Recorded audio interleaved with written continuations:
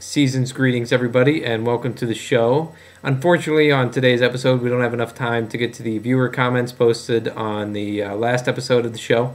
But we do have special guest Brian McNeely in studio right now, waiting to come on the show. And I hope you enjoy what we have to talk about today. We got a couple different subjects to talk about, and let's get to it. Now, without further ado, let's welcome special guest Brian McNeely to the show. Thank you. Good to have you on here today. I first wanted to get started with the Mount Union game today, Division III National Championship game. Tell me what you think about that. Well, it's good to be back in Ohio again, and thanks for letting me be a part of the show. Oh, yeah.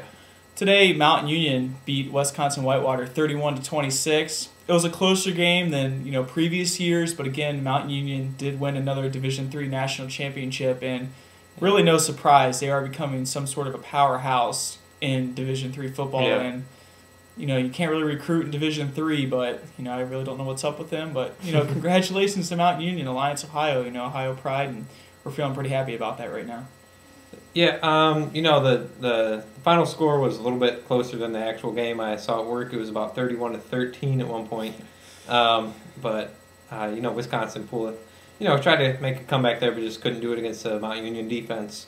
I want to move on to the NFL now. I know you're going to the Bengals game tomorrow, but tell me some of your thoughts on that with the Browns and the Bengals. I've been a Cincinnati Bengals fan since 2002, and I'm just sticking with them, through the rough times, like you said in your previous episode, with different teams. This year, not doing so hot. Did beat the Washington Redskins last week. Pretty happy about that. Yeah. But as far as tomorrow, I will be at the game, probably one of the few fans that will be there, and I will predict the Bengals to win 28-7.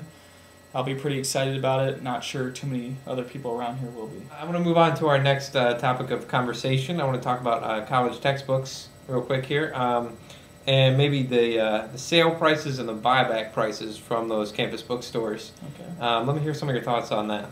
Well, fortunately, I go to a university that has a pretty fair buyback. And one example, my math book paid $145 for it. They gave me $72, yeah, which is really pretty good fair. deal. Yeah.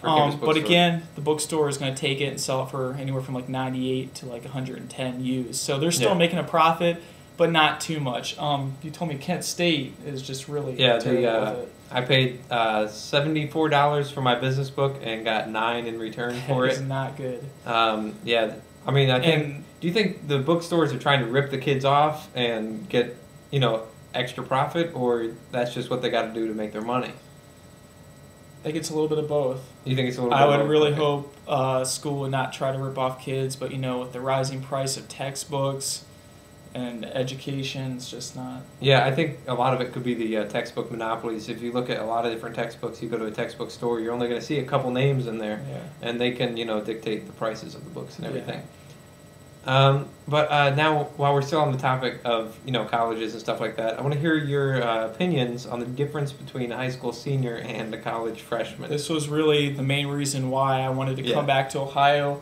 appear on your show, because I feel pretty strongly about this topic, and I believe that the general public needs to know what we think, because I think we're pretty good, have pretty good views on this. So, first off, I want to say that we're going against the statement that the difference between a high school senior and college freshman is June, July, and August. Yeah, I believe that's only like 5% of the kids. Yeah.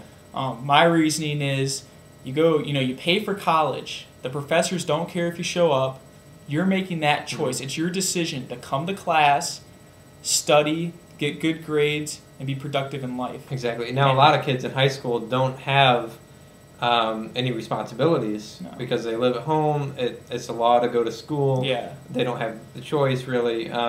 Which the lack of responsibilities creates immaturity, wanting to play video games. Exactly. Just wanting to joke around all the time and not really having a sense for time management or what are my priorities, what needs to be done, how am I going to accomplish this, and really developing the critical thinking skills that are needed for a successful life after school is over. Yeah, when you get to college, you're in charge of yourself. Yes, nobody's going to be looking out for you. There, and nobody at the university cares. Yeah, it's all your choice, and that's a big responsibility for a lot of kids, and they've never really had responsibilities. And for once in your life, it's almost all about you in a sense. Exactly. Yeah. And you need to make the most of it. You need to be productive. Yeah. Okay. Now, do you think that every kid that goes into college develops socially because they're exposed to like the real world and stuff? It's you're starting to kind of get out more on your own, and really at colleges there's something for everybody. So there's no reason for you not to get socially involved with something. It's not all about being book smart. It's about having those social skills, a way of communication. Communication is one of the key skills you need for success after college. You got to be able to be successful in an interview. If this means joining the clubs of something you enjoy, by all means do it. Just get out there, start developing critical thinking skills, problem solving skills that you can develop through those clubs and through those activities, rather than reading a book on biology, because that's not going to help you. Exactly, yeah. I think a lot of kids are doing good things by, taking these hard classes and stuff in college and in high school too. And there's nothing wrong with taking hard classes, challenges your mind and stuff. Yeah. But in high school you see a lot of kids taking like all the honors classes to get into college, but I think where we disagree is when the counselors of the high school or your high school starts dictating, saying, hey, you should really take this, but it really doesn't interest you. And if you're already on college prep, getting a 4.0, say, and they place you in honors biology senior year, and you don't want to take honors biology because you say love music, and you get a D in it, that ruins your cumulative GPA. Exactly. And colleges look at the cumulative GPA. They don't really focus on classes unless, say, you're applying to get into like a medical program or like an Ivy League school. Yeah, if you know in high school that you want to be a biology major, then feel free to take all the biology classes you want.